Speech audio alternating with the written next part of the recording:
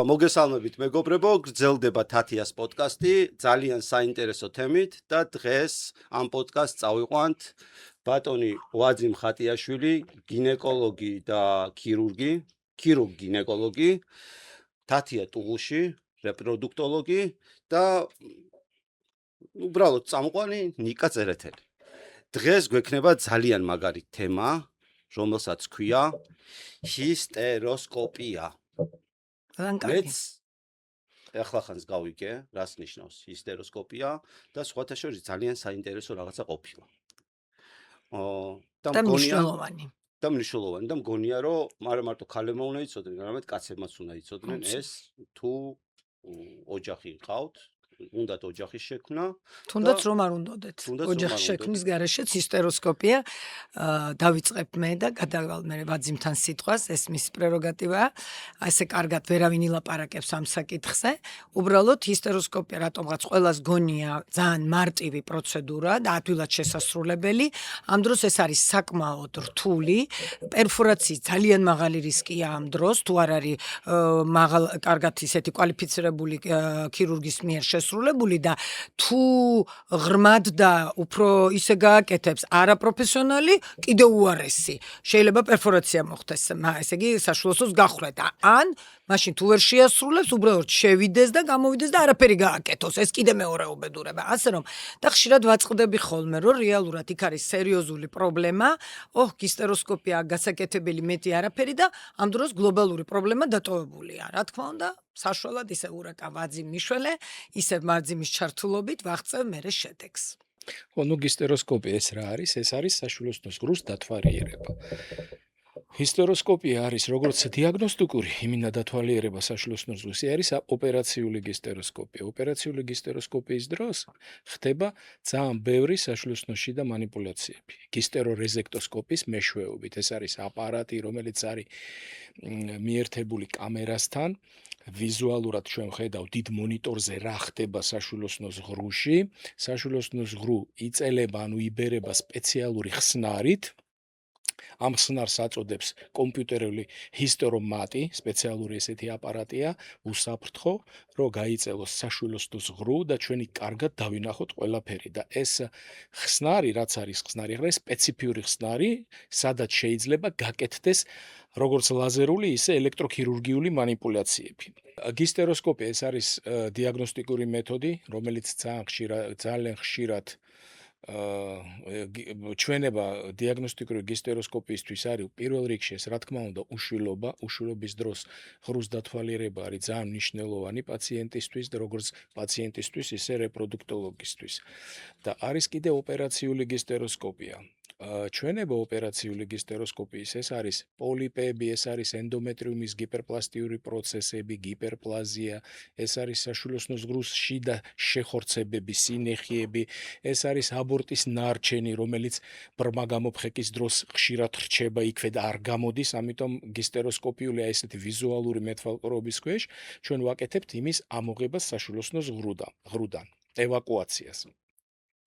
ის კიდე ჰისტერორეზექტოსკოპი ხო ჩვენება არის კიდე სუბმუკოზური მიომა, ეს არის ის მიომა, რომელიც არის ჩაზრდილი საშვილოსნოს ღრუში, რომელიც იწვევს სისხლდენებს და უშლის დაფეხმძიმებას, ამიტომ აქ ეს არის ოქროს სტანდარტი ჰისტერორეზექტოსკოპია, ამ სუბმუკოზური მიომის რეზექცია ჰისტერორეზექტოსკოპით.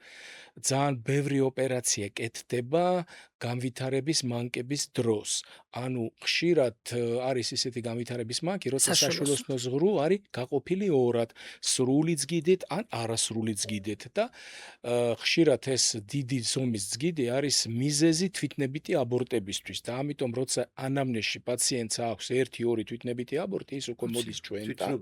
თვითნებითი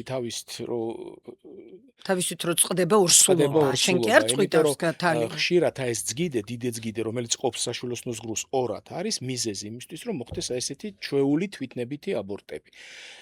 როცა უკვე ანამნეზი აქვთ 1-2 ჩვეული თვითნებითი აბორტი, მაშინ ეს ჩვენ უკეთებთ უკვე გისტერორეზექტოსკოპიულად ამ ძგიდეს მოცილებას. და აუცილებლად ანესტეზიის ქვეშ უნდა ანესტეზიის ქვეშ, რა თქმა უნდა, ანუ გისტერორეზექტოსკოპია. ოპერაცია კი, ყოფილა. არც თუ ისე დიაგნოსტიკური მარტივი. გისტეროსკოპია შეიძლება გაკეთდეს ანესტეზიის გარეშე, მაგრამ ოპერაციული გისტეროსკოპია, გისტერორეზექტოსკოპია კეთდება ან ვენური ნარკოზის ქვეშ, ან ხანდახან როცა არის დიდი სუბმუკოზური მიომა, ან დიდი განვითარების მანკი, დიდი ძგიდე და დრო უნდა ბევრი, რომ განახორციელდეს ეს ოპერაცია, მაშინ კეთდება დაჟე ზოგადი ანესტეზია, ენდოტრახეალური ნარკოზის ქვეშაც კეთდება, ხო. ხო, იმიტომ რომ აი როცა რა სიმპტომები აქვს, აი ამას რატო უნდა ჩაიტაროს ქალმა ეს?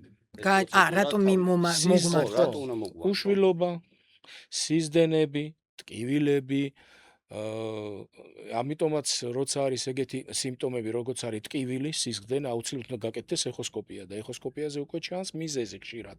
ხშირად სიზდენის მიზეზი არის პოლიპოზი, გიპერპლაზია, ენდომეტრიუმის გასქელებას, ვეძახით გიპერპლაზიას, რომელიც ამავე დროს ნაყოფის მიმაგრებასაც უშლის ხელს და ჩავერევი ვაძიმს კიდე რომ ძალიან ხშირად არის ხელოვნური განაყოფიერების დროს, ჩვენ ხო ვიცით რომ აუცილებლად ეხლა ხშირად ჩვენ ყინავთ ემბრიონებს და მერე გადაგვაქვს ეს ემბრიონი, ანუ შევისწავლით გენეტიკურად და მერე. ამ დროს ხდება ღრუს მომზადება. ზოგჯერ სულაც არაფერი არ ჩანს, ამას ადრე ეძახდნენ დამეთანხმება და რუსეთში ჩვენ მქონდა ადრე, როდესაც კიევთან მქონდა დამოკიდებულება და უშვებდით იქაც პაციენტებს, ამას ეძახდნენ რუსები არაშენია გაფხვიერება ენდომეტრიუმის.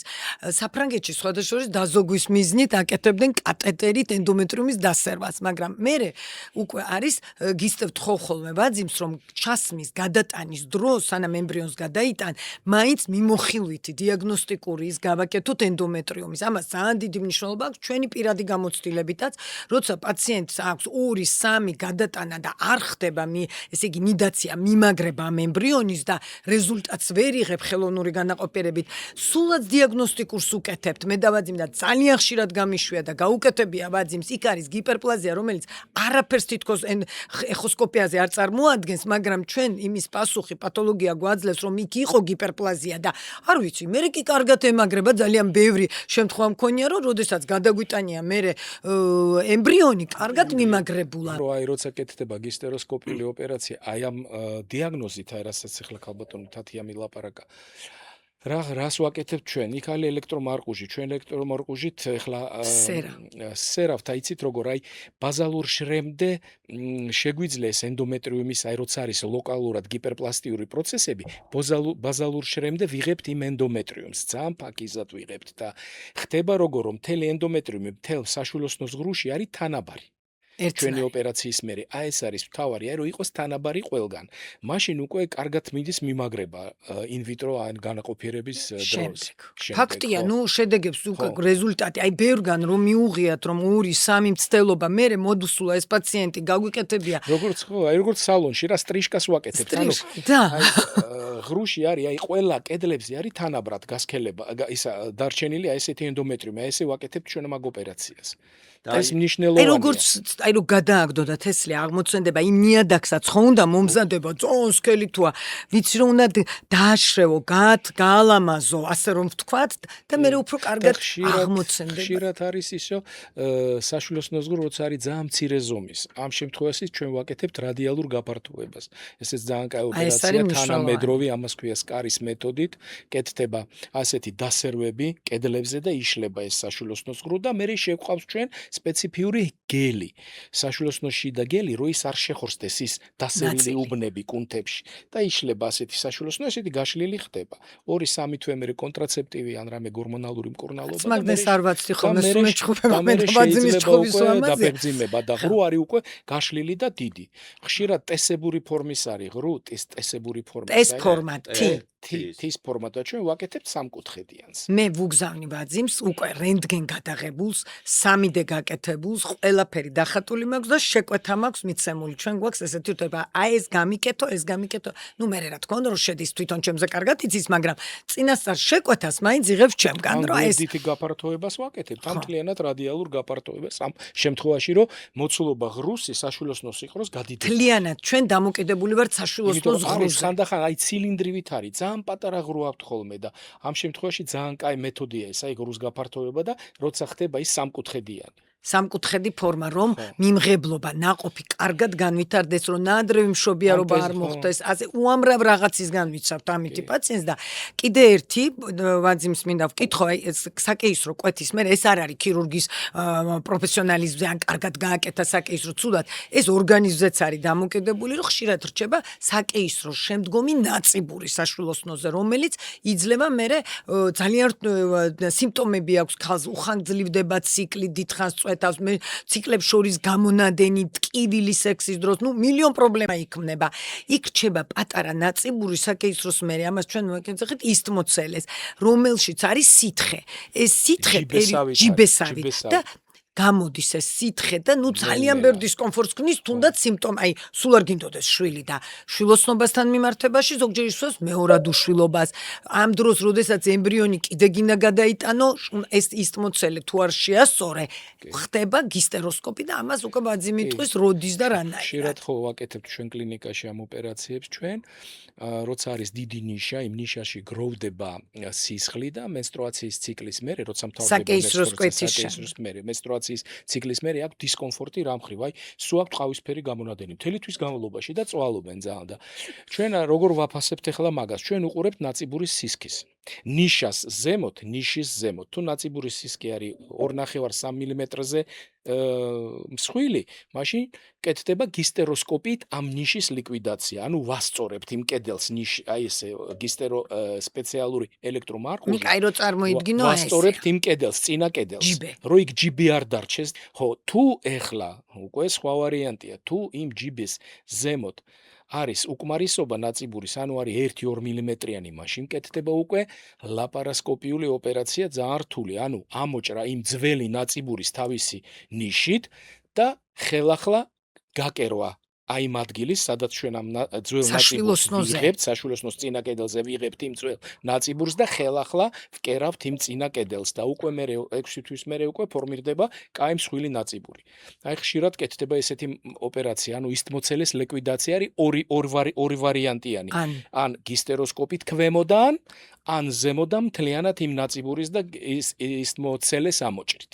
ეს ძალიან მნიშვნელოვანია, რომ ქალმა მიიტანოს ბოლომდე ნაადრევი მშობიარობა, ამავე დროს ზოგჯერ მოშლასაც იწვევს, იქიდან გამოჟორინი ეს ძველი სისხლი, ასე რომ თქვა თქვენ ენაზე, პოპულარულ ენაზე, ხო? და იქ ძველი სისხლია დაგროვილი, რომელიც ასევე უშლის მიმაგრებას და ანთებითი კერაა და შეიძლება ენდომეტრიტიც დაიწყოს, ანუ ენდომეტრიუმის ანთება და მილიონი რაღაც, მაგრამ ეს ადვილიშეს, კიდე ერთხელ მინდა ვთქვა, რომ რატომღაც ყველას გონია, მე ძალიან კაცრად ვუდგები უკვე ამ საკითხს, ყველა ქირურგს შეუძლია გონიათ გისტეროსკოპიის სწორედ შესრულება. ეს ესე არ არის. ნამდვილად ამას ჭირდება ძალიან სერიოზული მიდგომა, იმიტომ რომ ყოველი გისტეროსკოპია არის, გისტეროსკოპის შემდეგ ჩვენ უნდა მივიღოთ რეზულტატი.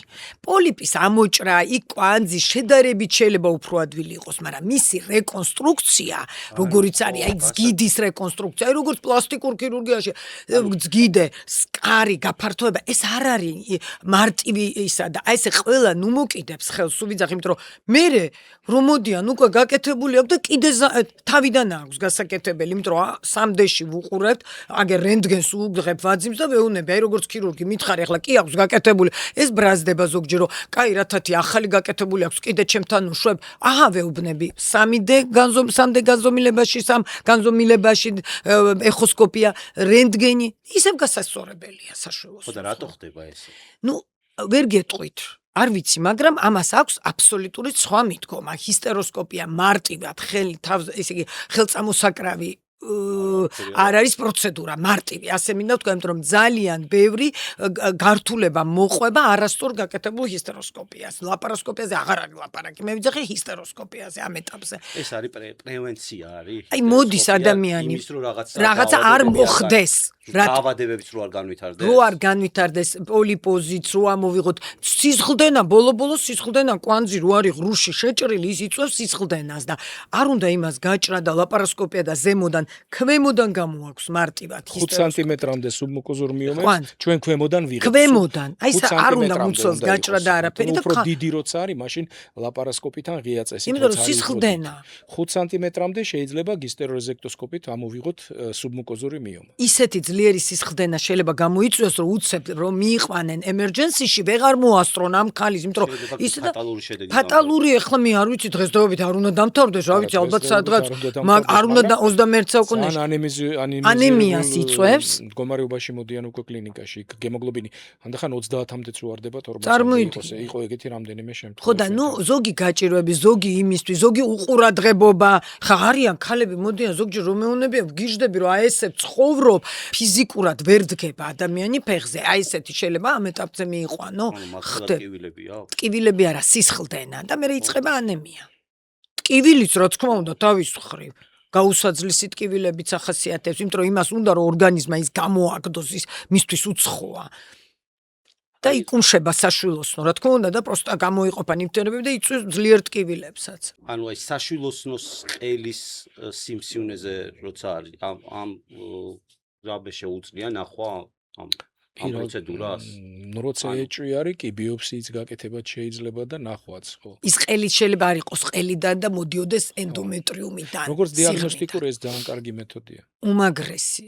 ანუ პრევენციისთვის რო რაღაცა ნუ თუ რამეა იხოსკოპიურად თუ ჩანს რამე ღრუში რაღაცა მქონია ესეთი შემთხვევა რომ ეს ყოველთვის გისტეროსკოპია რუს დათვალიერება. არა ნამდვილად იქიდან თუ ეხოლოგიურად ჰემერაით კოლევებით ჩანს საშვილოსნოს ღრუში რაღაც ან პოლიპი ან უცხეს ხეული ან არა ერთგვაროვანი ენდომეტრიუმი ყოველთვის უნდა გაკეთდეს გისტეროსკოპია რა თქმა და შეგვიძლია რომ რაღაცა თავიდან ავიცილოთ და იმის რა ქვია საწყის სტადიაზე მოუვაშთოთ ეს ყველაფერი. რა თქმა უნდა და კიდე ყველაზე ერთ-ერთი მნიშვნელოვანი ვაძიმი დამეთანხმება ეს არის ადენომიოზის დროს.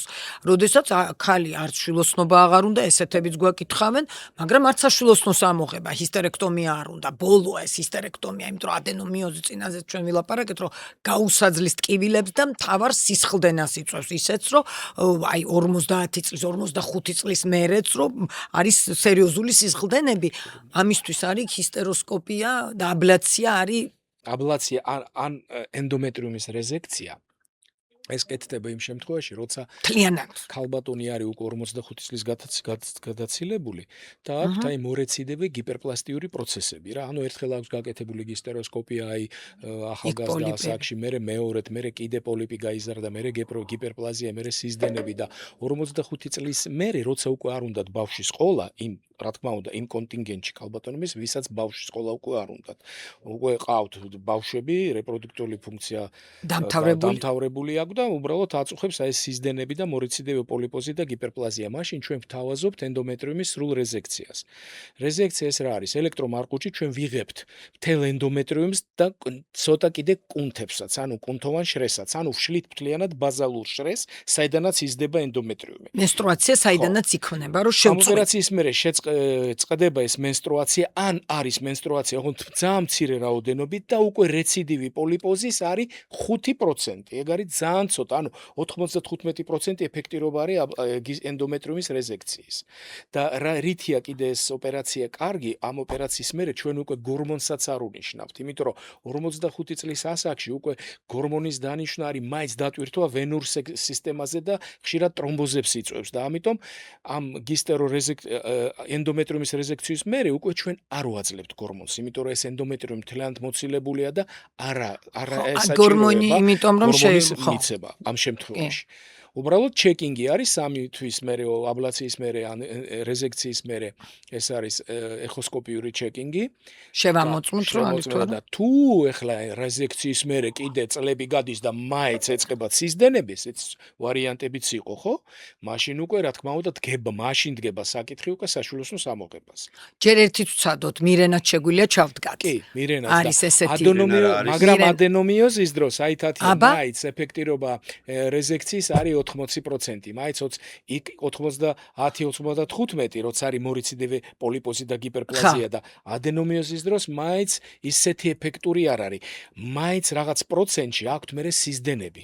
გავიგე, მაგრამ საშუალო ამოღებამდე ჯერ ხო უნდა ცადოთ, ჩვენ ხო ვეუბნებით, არ ვატყუართ. მაგალითად 100 პაციენტს რო უკეთებთ ადენომიოზის დროს ამ ენდომეტრიუმის რეზექციას, გვიბრუნდება წლების მერე, 10 პაციენტი 20. ეგ მაინც 80 შენარჩუნებული აქვს საშუალო. დენისგან თავი აბსოლუტურად 80%-ში. თუ რა მოიღოს წავიდეს ეს გაიკეთოს გისტერექტომია, მე ვეუბნები.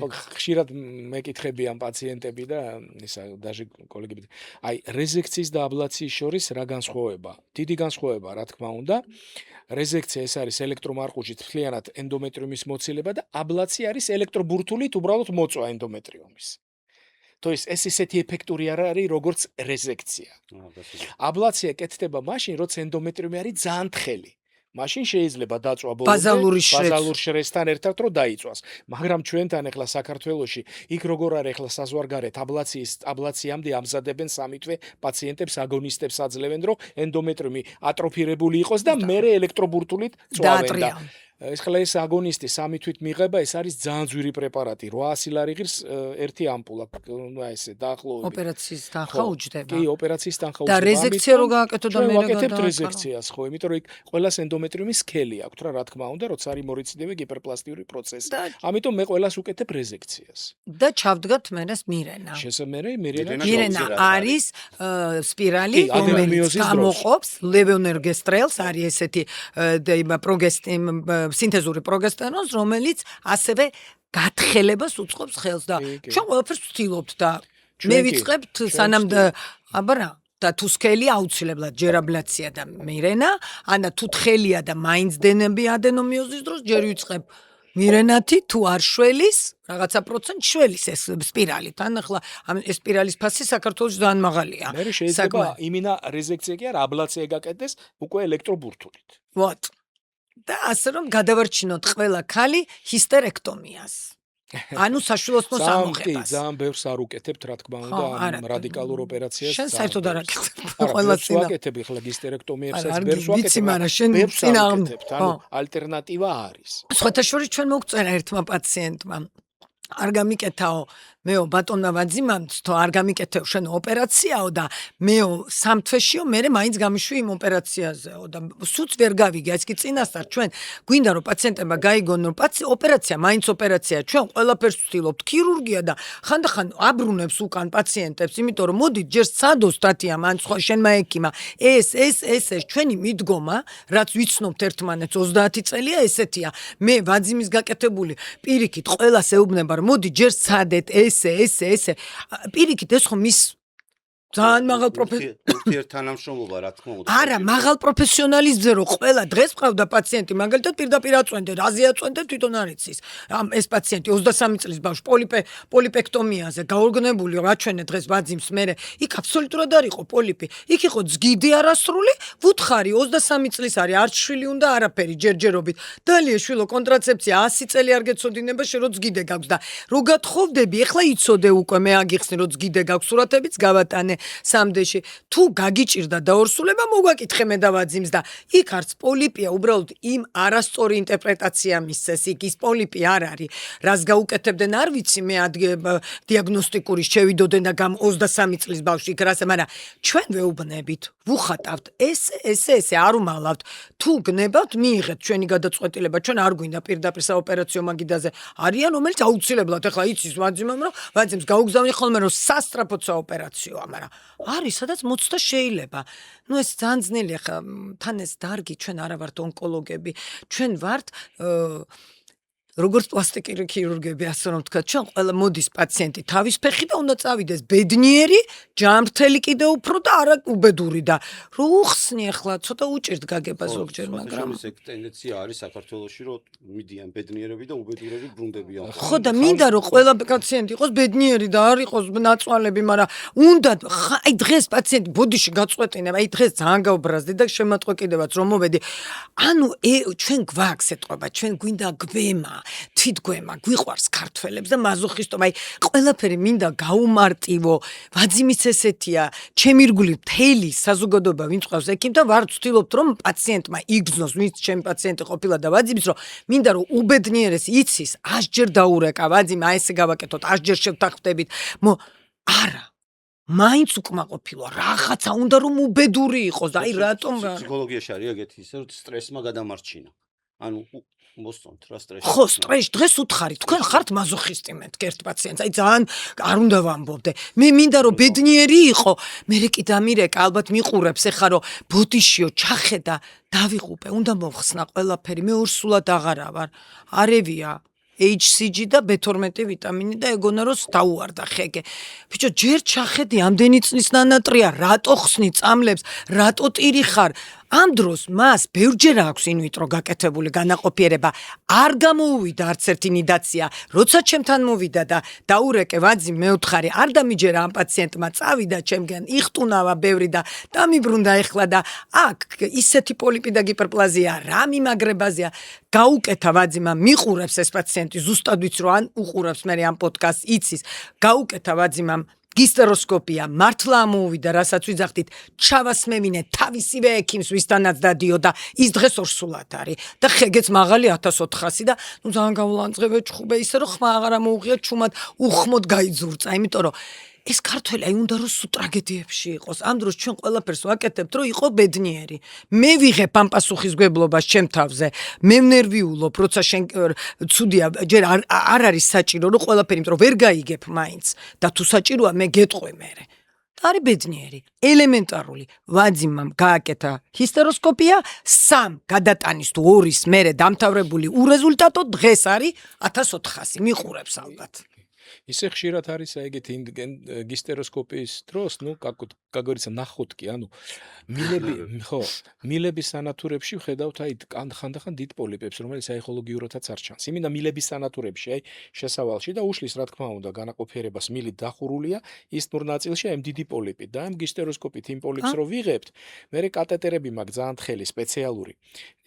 მილში შემყავს ეს კატეტერი და იმ კატეტერის მეშვეობით ვაკეთებ ქრომოპერტურბაციას, სპეციალურ ნივთიერებას უშვებ. ვაძიმის გისტეროს და ლაპაროს მერე იცოდე, ისე ორსულდებიან, რომ აი ვიძახი რომ და უყურებ, გამავალია თუ არა უკვე ლაპარასკოპიის მეთვალყურეობის ქვეშ, აი როცა არის მილების სანატურებში პოლიპოზი ან მილების სანატური დახშულია.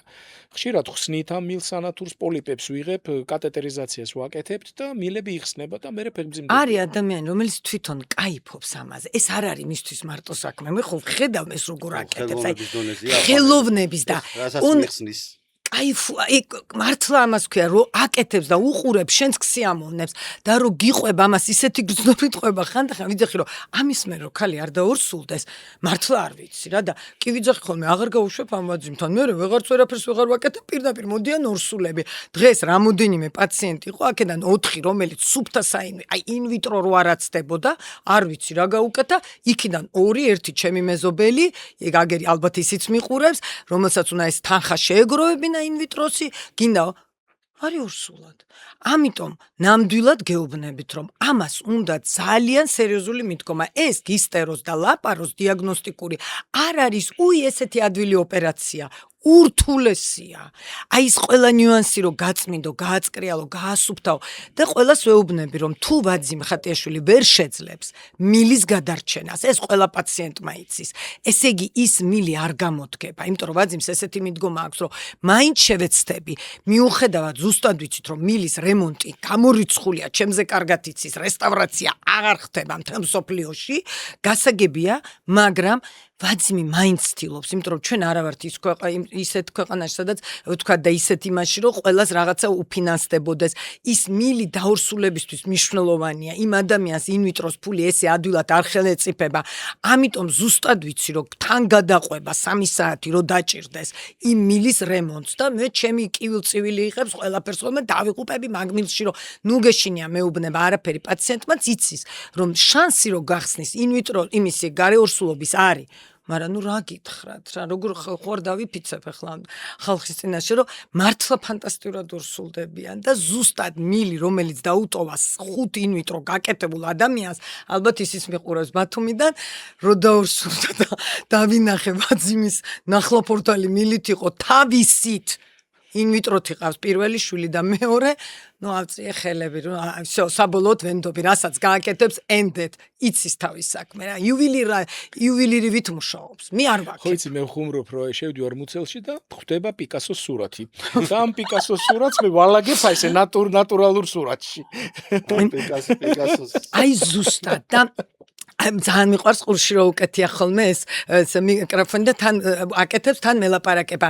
ნუ რა ვქნა თათია, ეს მილი ძალიან ცუდია, მოვჭრა, მოჭერი, არ დამღუპო, არ დატოვო, არ გაარემონტო. აი ესე ვაკეთებ და თითო პაციენტზე აი ესე ვშრომობთ და რომ მოტრიალდება უცებ პაციენტი და ისეთ რაღაცა სიტყვის ხოლმე ვიტყვი, აი მართლა მე და ამის ნაშრომს რომ ესე მოექცევი, არ ვიცი. უმადურობის ზეიმი უნდა იყოს რა. მე ვიძახი რომ ეს კაცი რომ გავა პენსიაზე მეც მიუყვები. იმიტომ რომ მე მართალია ბევრად ახალგაზრდა ვარ ვაძიმზე, მაგრამ სხვა გზა არ მექნება, იმიტომ რომ ვაძიმის გარეშე ვერ ვიმუშავებ. თაობა უნდა მოამზადოთ თქვენ და რა თქვენი ლექციათა კურსები უნდა იცი რა არის, აი ესე არ შეიძლება ეს ღმერთის დარ, ეს არის ბოჟი და ღმერთის ისა. თათიან უნარვილობ მოუკდები გისტეროსკოპიით ხელში. ტელაპარასკოპი. ნამდვილად, არა, შენაირად თქვა. დიდხანს გაცოცხლოთ ბატონო. ნამდვილად. ხო ბატონო თათია, ღმერთად დიდხანს გაცოცხლოთ და ბევრი კარგი საქმე გააკეთებინოთ, ბევრი გვჭირდება ჩვენ გამრავლება. ხო, და ჩვენ არავისქები არ გვაინტერესებს. ჩვენ მე და ვაძიმი მარტო ერთმანეთთან ვარჩევთ დილაობით ხოლმე და საკმარისია მე უკვე ბედნიერი ვარ, ასე რომ თავარია რომ ყველა დაორსულდეს. განსაკუთრებით, ხო, აი ახალგაზრდები და ლამაზი წყვილები ძალიან გული მიკვდება, როცა იჩაგრებიან ისედაც დემოგრაფიული პრობლემაა და აი კიდე რომ ვიღაცის გამო პაციენტი ან ენდომეტრიუმი უფუჭდება, ან საკვერცხე, აი პირად შეურაცხყოფად ვიღებ, აი გიждები რა და ეხლა უნდა გაუშვა ვაძიმთან ისეთი ადამიანი ულამაზესი, უკარგესი, გარეგნობითაც დასანანი როა, რა უნდა რემონტი გაუკეთოს მილებს როგორმე. სხვა გზა არ მაქვს.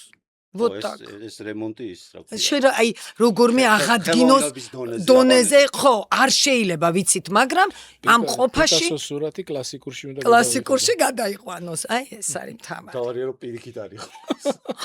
არასოდეს. ჯერ ამდენი წელია ჩვენ მე არ მინახია ეგეთი შეცდომა და ღმერთმა არ ქნას, რა ვიცი, მე მგონია რომ წავალთ ისე ამ დარგიდან რომ ეგეთ შეცდომას არ დაუშვებ. საბოლოოდ რომ აი ბოლოსკენ რომ გავიდეთ და შევაჯამოთ რას ნიშნავს ეს თემა, რა საჭიროა, რამდენ ხანში ერთხელ უნდა მივიდეს ადამიანი ამის ჩასატარებლად.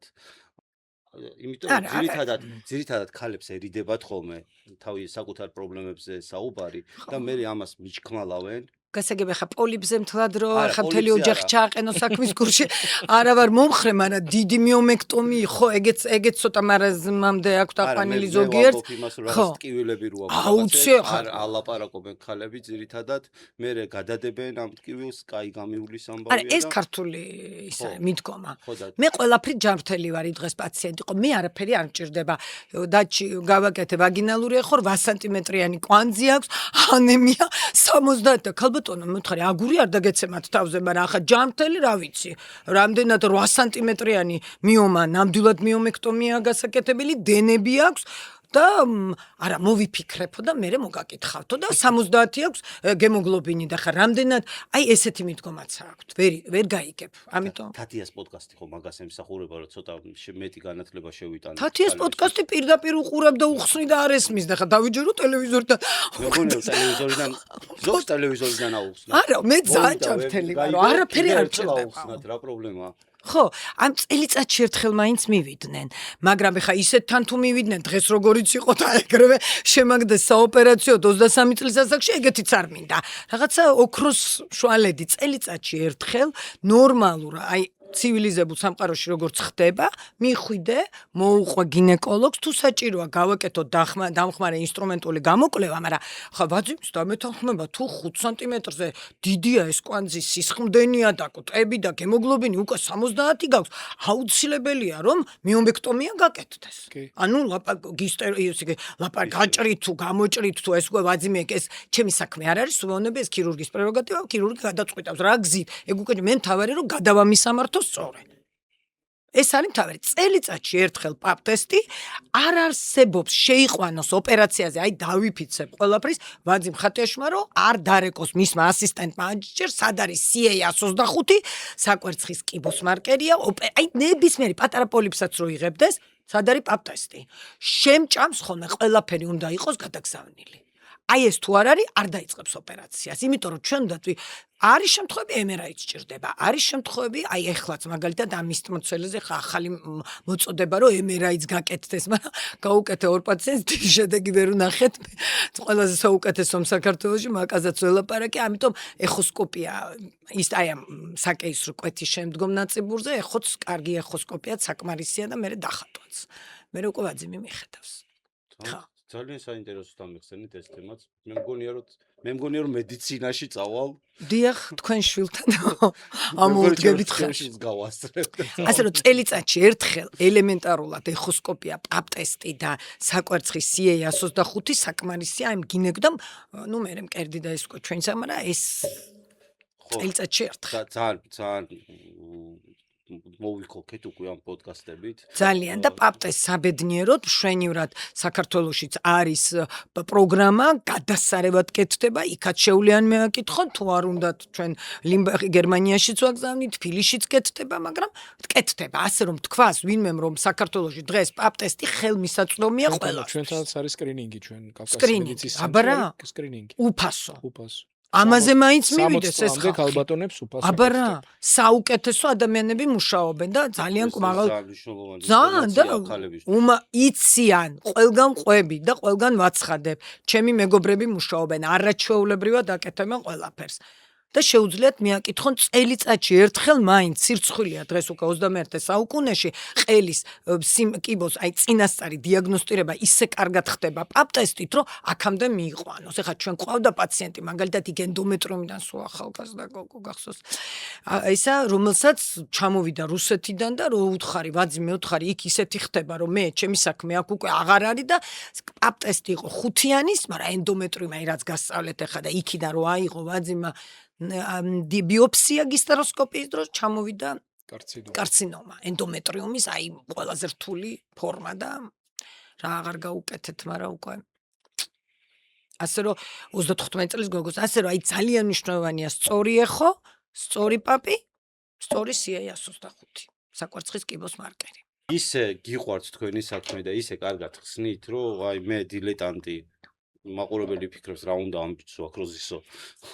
ჩვენ ბავშვობიდან ესე ვარჩევდით, სულ პატარები ვიყავით, მივიდოდი ვაძიმთან დავჯდებოდი, იმიტომ რომ მე სულ მარტო ვიყავი ხოლმე და ვარჩევდით ყველა პაციენტს და აი ძალიან მიყვარს ჩემი საქმე. ვგიჟდები და ზუსტად ვიპოვე ის ადამიანი, რომელსაც ასევე უყვარს. გავადრო და გინეკოლოგის სკოლის დამფუძნებლებად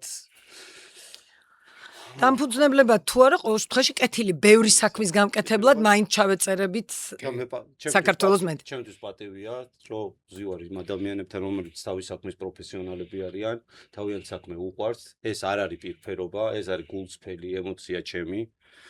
არც თქვენ გჭირდებათ ჩემი შექება და არც სტატიას გჭირდებათ ჩემი შექება. უბრალოდ მე გამოვხატავ პატივისცემას და მადლიერებას, რასაც აკეთებთ ადამიანებისთვის, ადამიანის სიცოცხლისთვის.